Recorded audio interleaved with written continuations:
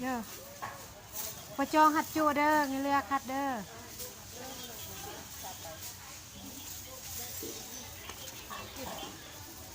ก็เลยแล้วเลยเอ้ยอัดสิเหยเลยปลาแห้งดูนี่ตกกินบ่ดิเว้ยเว้ยอ่ะครับเอาค่ะอีกบ่ก้อนตะ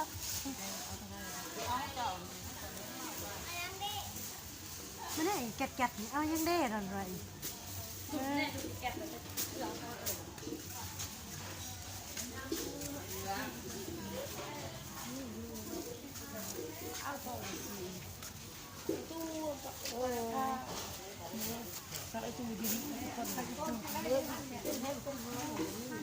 บ้านเฮาบ่นี่วะบ้า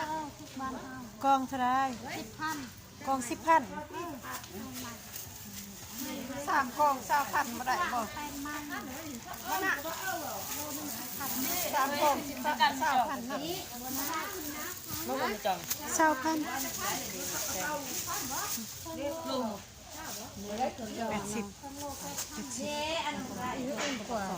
80แม่แม่โนกระดูกหน้าเลย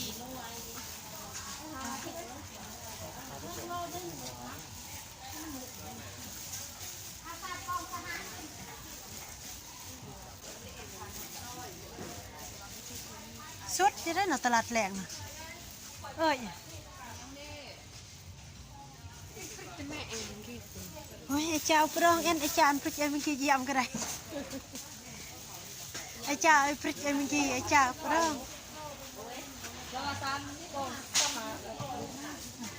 10,000เนาะ10เด้อเนาะนางขายบ่กล้วยนี่ กล้วยดิบค่ะ 10ได้บ่10,000ตึงเลยกลายอยู่ตึงแน่น่ะ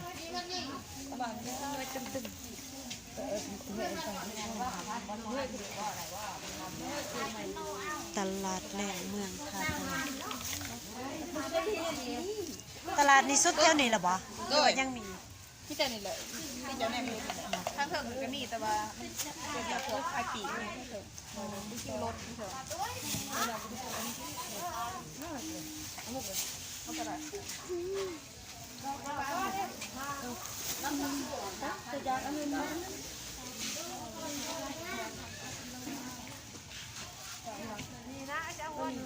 ตัวนี้แล้วงามกู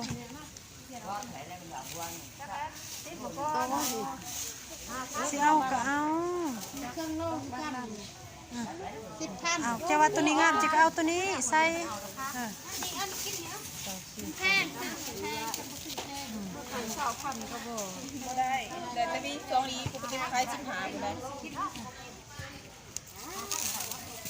ชื่อแล้วบางทีมีสิขัดกูมันดิบจะต้องไปจ่ายให้มั้งคำเมืองเลยพอปุ้ยอันนมั้งเอาไปแยกปริ้นนะคิวซ่าคิวตัวนั้นบ่ตัวนั้นแม่ถือหายตัวนั้นลูกมวยตกไอ้เคร่งอยู่โน้มวยแห้งแห้งไปเด้ป่วย ไปสุดแล้วตลาดแรงแก้วกับย่างก่อนพ่อไปเถอะรอเนาะรอขนาดก็ได้ไอ้จ่าใครลูกละจ้องจักมือแตะมวยปอดอันนั้นมันยางอะไรมาผี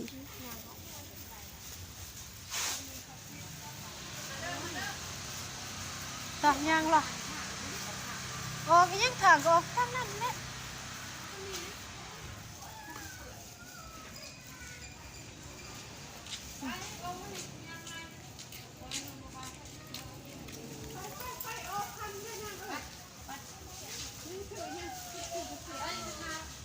ไปเรียนรู้ห้องยางก่อนไปดูไปนุ่นไรนางกีปอนังกี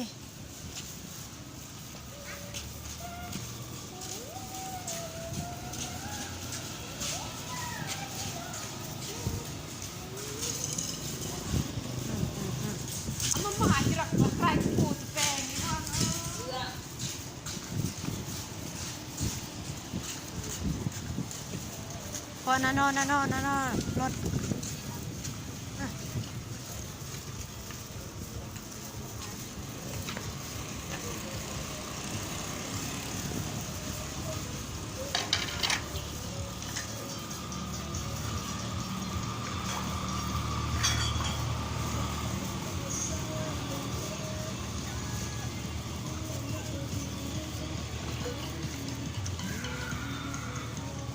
อันแนวแก้มให้อย่าในตะบอกตะเวนเนี่ย แค่คงหนึ่งแค่คงบ่ ยังสองทงจองขนมเถอะในตะเวนมีบ่ในตะเวน เป็นแก๊สเหรอ เออ แก๊สเท่าไหร่ แก๊สเนี่ยได้อันของแต่มาแน่ที่ แสนเก้าแสนเก้าแสนเก้า ใส่เอาแก๊สหนึง ก็แต่ไม่กระบะถ้าตัวธรรมดามันกิน ขนมมันในทงเท่าไรขนมใหญ่ค่ะทงใหญ่ ตัวไหนตัวโลอ่อนบ่ เออ 35ไป 35เอาทงหนึงมีหลายแบบบ่มีหลายแบบบ่ ตัวนี้แกมเบียร์ต้องหา10ค่ะ 50 แมนมี12ถุงมันเป็นถุงเอง ดอกแบบหน่อย เท่าไหร่ ตัวนั้น30ก็เอาตัวนั้นดีกว่าเนาะ ตัวนี้เท่าไหร่นะ50บ่เนาะเอาตัวนั้นแหละมันมีแต่แนวอันนั้นเหรอ นี่แต่สามี เอามาเนี่ย ง่ายกว่าตัวหน่อยตัวนี้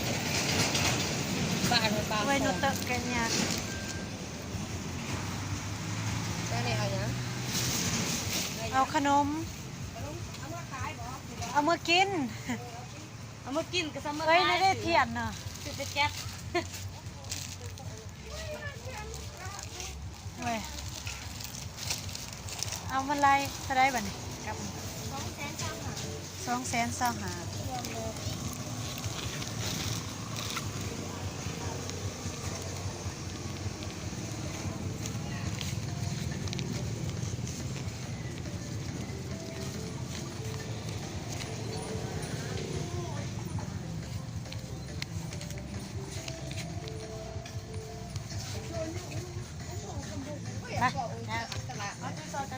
ไอ้สวยว่าอยากของแหว มาเบิ่งอยู่รถพุ่นแหละ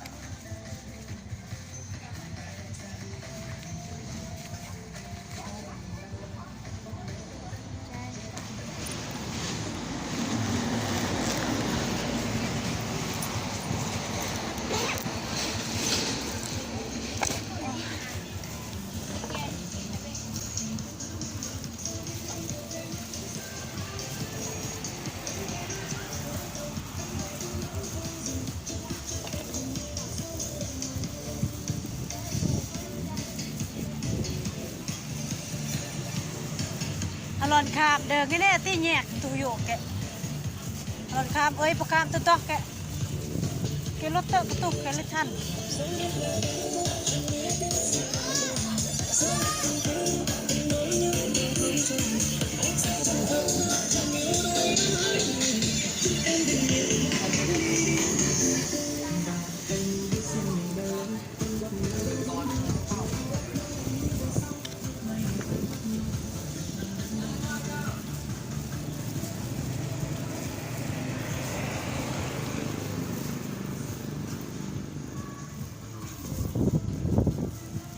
ครับเถอะ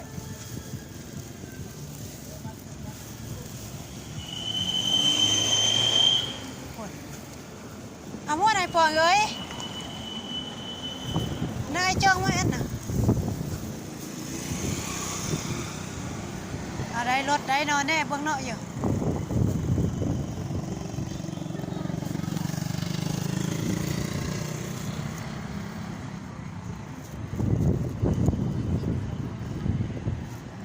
รถ